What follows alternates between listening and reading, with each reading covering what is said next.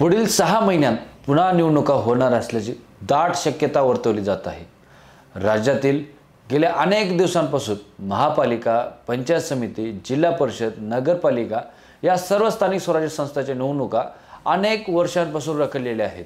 यामधील काही निवडणुका या 3 वर्षांपासून तर काही निवडणुका गेल्या 2 ते 2.5 वर्षांपासून रखडलेल्या आहेत। यामध्ये इतर मागासवर्ग समाजाचे आरक्षण आणि प्रभाग रचना याबाबत न्यायालयात दाखल झालेल्या याचिकांमुळे स्थानिक स्वराज्य संस्थांच्या निवडणुकांना स्थगिती देखील मिळालेली आहे। अशातच गेल्या 2.5 वर्षांपासून राज्यात ज्या पद्धतीने सरकार स्थापन झाले त्या गोष्टींचा विचार करता या निवडणुका यापूर्वी घेण्याचा प्रयत्न केला असता तर त्याचा सर्वात मोठा फटका हा राज्यात सत्ताधारी असलेल्या महायुती सरकारला बसला असता, अशी भीती राजकीय नेत्यांनी व्यक्त केली होती।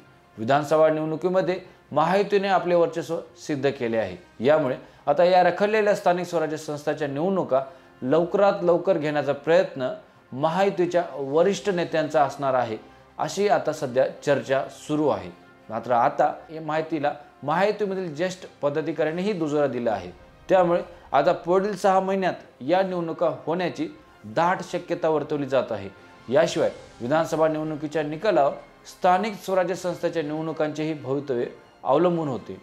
तसेच या निवडणुकीत महायुती किंवा महाविकास आघाडीला कशा प्रकारे यश मिळते यावर या निवडणुका पुढील वर्षात होणार का हे ठरवणार होते। मात्र आता निवडणुकीत महायुतीला यश मिळाल्याने स्थानिक स्वराज्य संस्थांच्या या निवडणुका तातडीने घेण्याचा प्रयत्न महायुतीकडून केला जाणार असल्याचं बोललं जात आहे।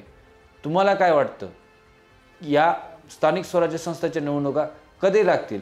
आपले मत आपण कमेंट करून नक्की कळवा आणि पाहत राहा राजमुद्रा न्यूज लाईव्ह। धन्यवाद।